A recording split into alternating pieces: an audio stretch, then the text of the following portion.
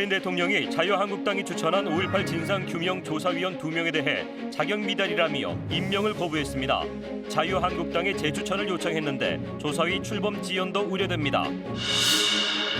자유한국당의 5.18 공청회에서 나온 망언 수준의 왜곡과 폄하 발언에 대해 비난이 들끓고 있습니다. 북한군 개입설 등 잊을만 하면 등장하는 극우 보수 세력의 왜곡 주장, 그 숨은 의도를 집중 분석했습니다. 장희국 광주시 교육감이 내일 방북해 교육 교류를 위해 북측과 접촉합니다. 남북 교류에 물꼬를 틀 수 있을지 주목됩니다.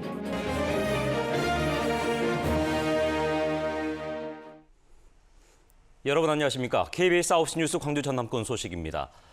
저희 KBS가 얼마 전에 자유한국당이 추천한 5.18 진상규명조사위원들이 자격 미달이라고 보도했는데요. 문재인 대통령이 이 가운데 2명에 대한 임명을 거부했습니다. 한국당이 다시 위원을 추천해야 하는데 조사위 출범이 더 지연될 수 있다는 우려가 나오고 있습니다. 이성각 기자가 보도합니다. 넉 달을 미루다 지난달 자유한국당이 추천한 5.18 진상규명조사위원은 권태우 전 육군 중장과 이동욱 전 월간조선 기자, 차기환 변호사, 모두 과거 5.18 민주화운동을 폄훼한 전력이 있는 인사들입니다. 당장 처리하라! 처리하라! 처리하라! 처리하라!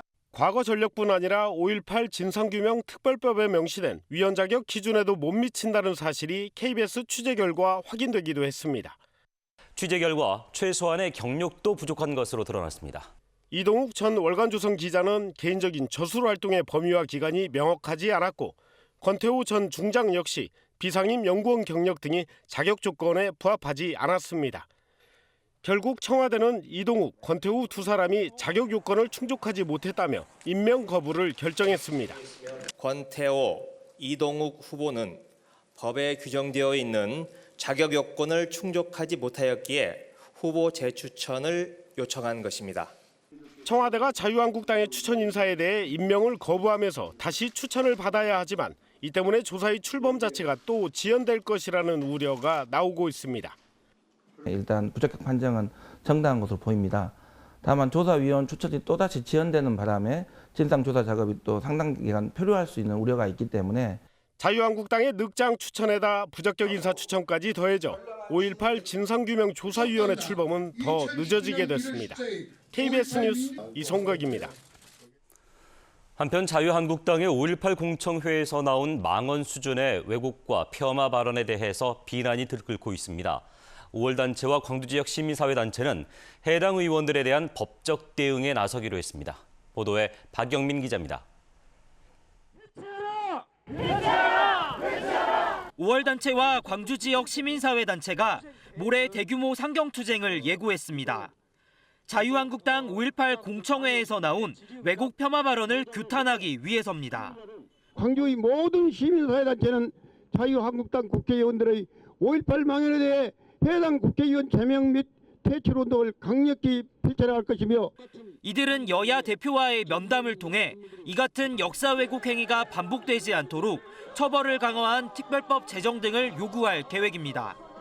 5월 단체 등은 앞서 오늘 오전 긴급 대책회의를 열고 이번 사태에 대해 법적 조치와 함께 범국민적 대응도 추진하기로 했습니다. 국방부조차도 북한군 투입이라든지 이런 문제들이 결코 사실이 아님을 역사적으로 그리고 공식적으로 밝혔음에도 불구하고 자유한국당은 아직도 국민들을 농단하고 5월 단체는 물론 광주시 의회와 각구 기초의회, 여야 지역 정치인들도 잇따라 성명을 발표하는 등 5.18 망언을 둘러싼 파문으로 지역 민심이 들끓고 있습니다. 5.18 유공자 단체 회원 20여 명도 직접 국회를 찾아 무기한 농성에 돌입하겠다고 밝히는 등 망언 수준의 5.18 공청회 후폭풍이 갈수록 커지고 있습니다. KBS 뉴스 박영민입니다.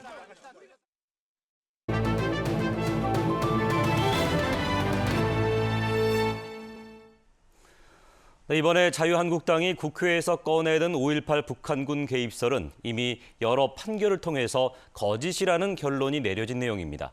그런데 자유한국당 일부 의원들이 이것을 공청회 주제로 삼은 이유는 어디에 있을까요? 박지성 기자가 그 속내를 분석했습니다. 5.18은 600명의 북한군 특수부대가 광주에 침투해 주도한 폭동이다. 구근홍객 지만원 씨가 주장하는 북한군 침투설의 핵심 근거는 5.18 당시 사진에 찍힌 시민들입니다. 지 씨는 이 사진 속의 시민들을 북한군 주요 인사나 탈북민의 얼굴과 비교하며 이른바 광수라는 특수부대 요원으로 둔갑시킵니다. 법원에서 수차례 허위 사실로 판결이 난 내용입니다. 저뿐 아닌 많은 분들을 또 생존에 안 계신 분들 또 알 수 없는 어린애들까지 전부 그렇고 지목을 해놨습니다. 법원뿐만 아니라 미국 CIA 문서와 박근혜 정부 당시에도 북한군 개입설은 거짓이라고 결론이 났습니다. 그럼에도 한국당이 북한군 개입설을 반복하는 이유는 극우 세력 결집 의도가 큽니다. 선명성을 드러내기 위한 목적이 있는데 그 흐름을 통해서 이제 세를 결집하고 결과적으로는 이제 기존에 정리되었던 어떻게 보면 헌법에도 들어가야 할 내용 자체를 통째로 부정하는 거죠. 또 진상조사위 출범을 앞두고 5.18 진상규명의 본질을 흐리려는 속내가 있다는 지적도 나옵니다.